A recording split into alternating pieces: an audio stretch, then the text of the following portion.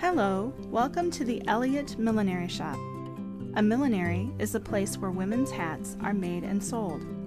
Milliners also sold other ladies' accessories such as gloves, parasols, stockings and underclothes, as well as jewelry. This building was newly constructed in two phases between 1992 and 1994 by Living History Farms, with support from the Living History Farms Guild. The building is named for Mrs. S.J. Elliot, a milliner in Indianola, Iowa. Mrs. Elliot's ads were found in the city's newspapers from 1873 through 1875, listing millinery and fancy goods, ribbons, plumes, laces, and notions in the latest styles. A woman wore her hat perched on her head, tilted forward and secured with a hat pin. The hats on display in the front showroom were meant to be floor samples, rather than actual sale stock. Customers would browse and try on the hats, seeing which ones best suited them. The milliner could sit at the tea table to consult about colors and trims with her clients. Women could also browse the latest fashion magazines and socialize.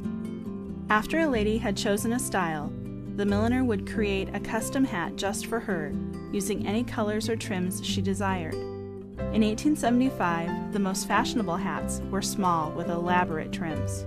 Popular trims would have been flowers, ribbons, and feathers. Some women even wore stuffed birds and artificial fruit. Styles changed with the seasons. Velvet and fur trims were popular in the winter. The price of the hat varied depending on the trims. Most averaged between $2 and $5, quite an investment in a time when the minimum wage was $1 per day. Many ladies had at least one everyday hat and one for special occasions. To save money, women could purchase trims separately and trim their own hats at home. The back room of the shop is the workroom for the hat trimmer, millinery assistant, or apprentice.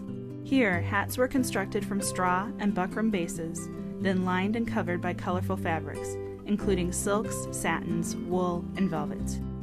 Most of the trims are sewn onto the frames by hand, with the average hat taking between 12 and 20 hours of construction.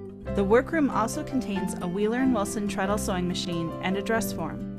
Many milliners partnered with a dressmaker or offered dressmaking services. The dressmaker could make complete dresses, but would also cut out and fit patterns for clients to finish sewing themselves. Being a milliner was one of the few acceptable and respected women's professions. It could be a profitable one as well. The average milliner earned around $2 a day once all her fees were paid. Milliners often had exciting opportunities to travel to larger cities in the area to purchase supplies and observe the latest styles. The milliner would keep the ladies in a small town linked to the larger world of fashion and etiquette. Thank you for visiting the Millinery Shop. Have a wonderful day.